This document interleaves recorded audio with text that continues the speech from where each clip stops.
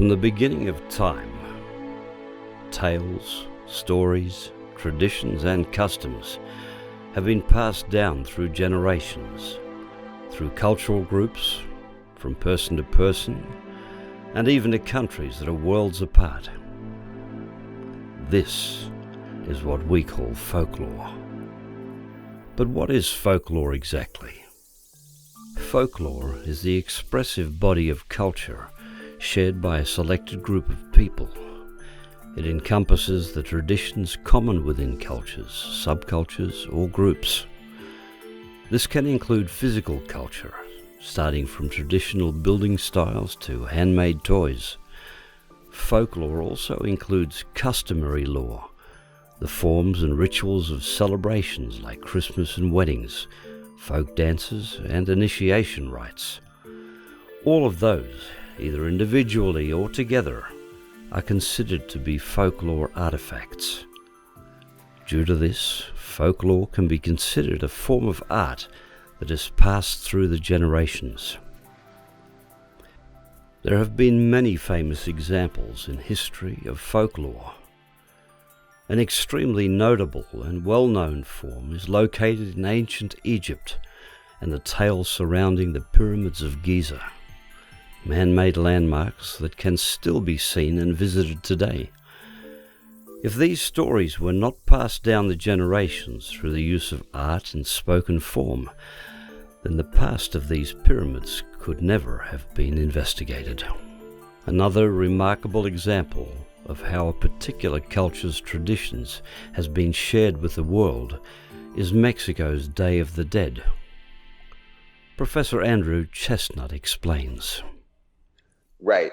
Day of the Dead is really a unique Mexican commemoration of departed loved ones and family members.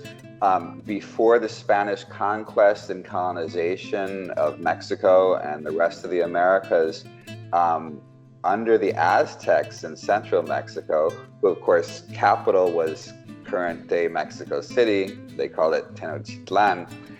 It was actually roughly a month of the dead presided over the Aztec death goddess named Mictacacíhuatl. When the Spanish come, of course, they see all type of indigenous religion as satanic and witchcraft. And so they take this month, Aztec month of the dead, and they reduce it, shrink it, and combine it with the Catholic holy days of All Saints Day, and All Souls Day. All Saints Day is November 1st, All Souls Day is November 2nd. And so those kind of become syncretized or fused with the whole Mexican month of the dead. And so there are unique kind of syncretic elements of both Mexican indigenous religion, particularly Aztec beliefs, and Spanish Catholicism as well. November 1st is actually Day of the Dead for deceased infants and children. And then November 2nd, the big one, is for departed adults. And so families will hold vigils all night long at the gravesite. So some of these cemeteries would be filled with people doing that. And it'll be very colorful, with the typical flowers being the marigolds, cempasúchil. And then a lot of people also do their home altars as well. We'll put photos of the deceased family member, and again, put plates of their favorite food, and maybe had a favorite brand of tequila that they like. Tequila goes up, and flowers, and all kinds of items that would be associated with the deceased person. And of course, bread of the dead, pan de muerto, and the sugar skulls and such, which have been kind of iconic accoutrements of Day of the Dead for decades now.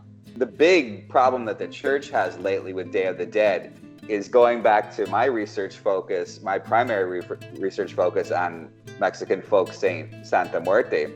One of the big trends in Santa Muerte devotion in the past 5 years has been to incorporate Santa Muerte into Day of the Dead.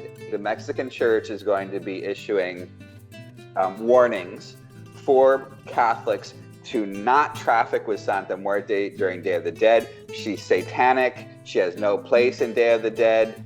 Going back to that Aztec month of the dead, It was the Aztec goddess Mictacacíhuatl, death goddess, who presided over Day of the Dead. And so a fair portion of Mexican Santa Muerte devotees today see Santa Muerte as the latest reincarnation of Mictacacíhuatl, the Aztec death goddess. And so that's another reason why we're seeing this connection between Santa Muerte and Day of the Dead being made, much to the chagrin of the church in Mexico.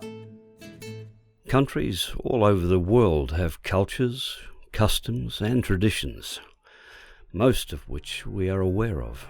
However, one place that doesn't have a single standout culture and folklore is Australia.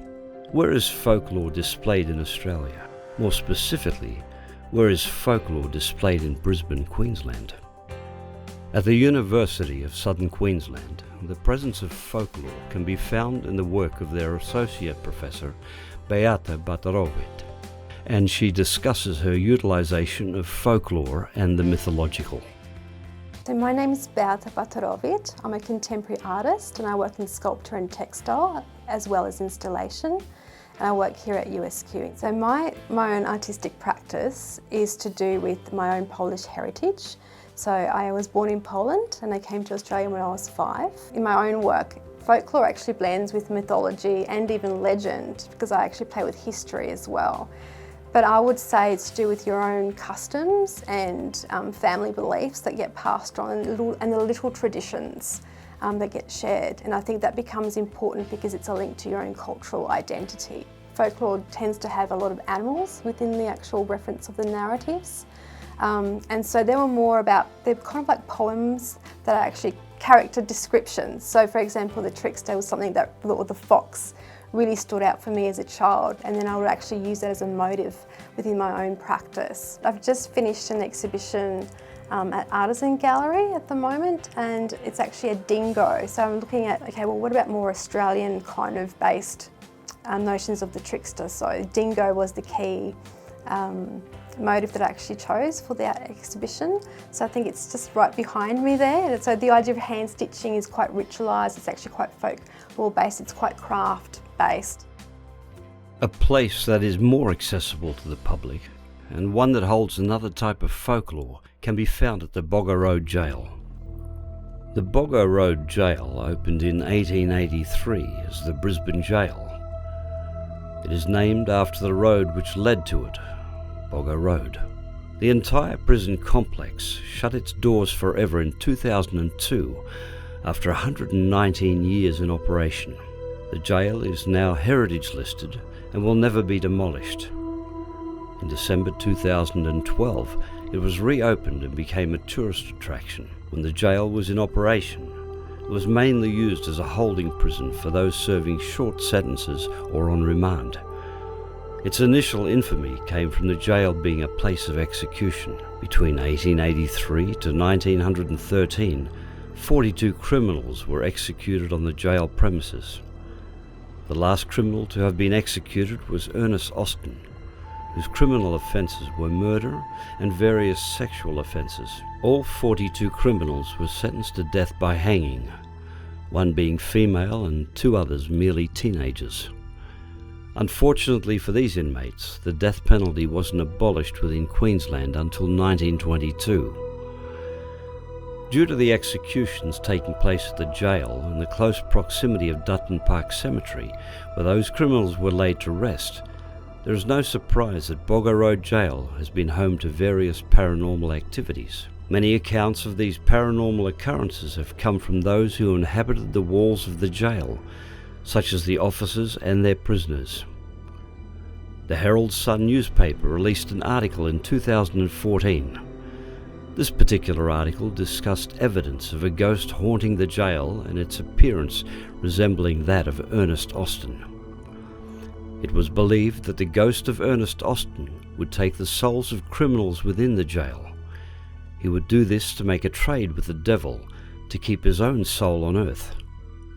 He did this in the hopes of preventing himself from perishing in hell for the rest of eternity. In 1979, a jail employee named Bob Smith stated that the legend was a fear-mongering tactic and myth for new prisoners to the jail. He mentioned that every couple of years, an older prisoner would tell a younger prisoner that if he looks at the wall in A Wing, he'll see a famous jail ghost, that being Ernest Austin, who could potentially take their soul. On the other side of this tale, there is a book author named Jack Sims, who declares that this is no myth and Ernest Austin's soul, ghost and apparition, can still be found at the Bogger Road jail cells. However, the fact that Ernest Austin is buried right across from the jail is enough to make your mind wander. This is just one of many examples of folklore that is available within Brisbane, Queensland.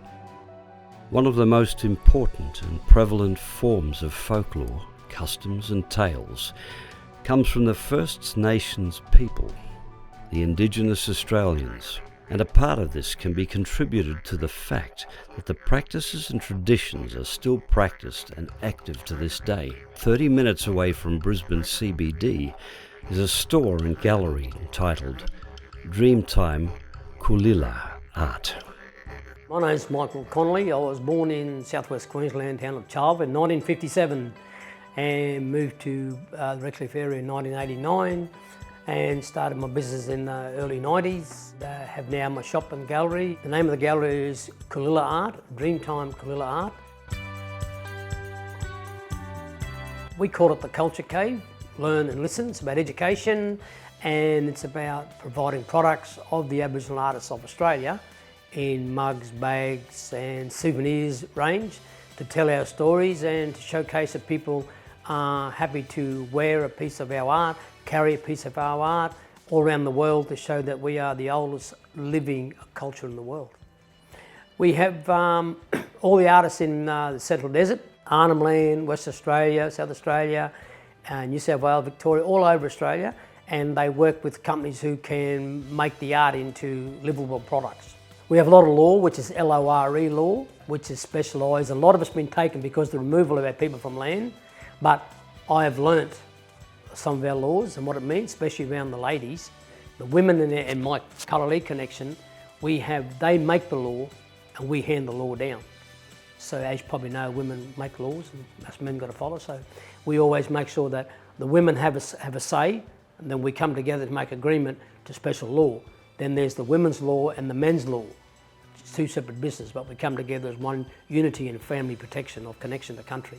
Where you can go, where you can't go, and all that proper way. There's a lot of the stories about animals, totems, connection to your country, your foods, and your dance, your stories to educate children. So we tell the stories to our children about the goanna. On my father's side, I have emu, red kangaroo, possum, and snake, and wedge-tailed eagle. On mother's side, I have sand goanna, brolga, possum, and we have those animals. So they are made up of us. We're made of them. We're connected to those animals. So we make sure that we protect them, look after them, because they could be some part of our elders and our ancestors. And we protect our country, that protect them, and that's why we've survived for millions of years, because we protect the land because the land owns us. We don't own the land. Stories that are not being told, well, the older ones are passing on, and the new generation sort of forgotten a little bits. But if you're still living on country like up in the Central Desert, Arnhem Land, Kimberley, and those places where the communities still live, you're still learning all about your land, all about your people. The stories are still written today and they're still handed down and taught. We are known as the oldest living culture, but nobody wants to speak with us unless there's value in it. Like the mining, the waterways, everybody wants it to use for them, but as soon as to engage us in a conversation of how we can walk together as the human race and we share our knowledge of medicine, water, food, stories, why you can't go there, why you go there, why you protect that. And I think if we become more educated like I do here, I educate at my centre here to make sure people understand that if you're going west or you're going north, I can give you an idea when you're crossing some man's country how to pay respects to those people in that country. So it's very important that we keep it going stronger and stronger. I have people come here all the time. A gentleman yesterday come and seen all my art, then said, would you like to do a painting for me in your art and story of me walking your country? So I do that story. And I've done this to so many people. They've come here and we've sat down and I've pencil drawn a story, and then I've said, righto, where do you fit in our land and the respect of walking on our land and how you want to showcase where you've been. So it's about enjoying each other and telling the stories, you know. Like, as I showed the one up on the wall up there, that's the hunt and gather I done. It's, you know, you got all your animals, it's got porcupine, it's got emu and brolgas, and the men out here ready to hunt and the gather. Then down the one underneath with the snake, well, that's called Colours of Country. And my father's country is full of opal, my mother's country is full of opal. So it's about the rainbow serpent who lives under the ground, which is me. I'm Mundagara Coolawari, my Aboriginal name. So I'm the snake of my mother and my father, who's the creator of country and stories. So that story there is about the snake goes on the ground, lays all the eggs, and those eggs become opal. And when all these opal miners are supposed to do it, if you go in the country and you're digging for opal, when you find a piece, you're supposed to give a gift to the rainbow serpent to allow you to take that away to support your family. So it's all about that giving, sharing, and acknowledgement of stories about country, why it means so much to us. Australia is one of the most culturally diverse countries in the world. It is home to many forms of folklore that was brought to Australia from the many cultures that now call Australia home.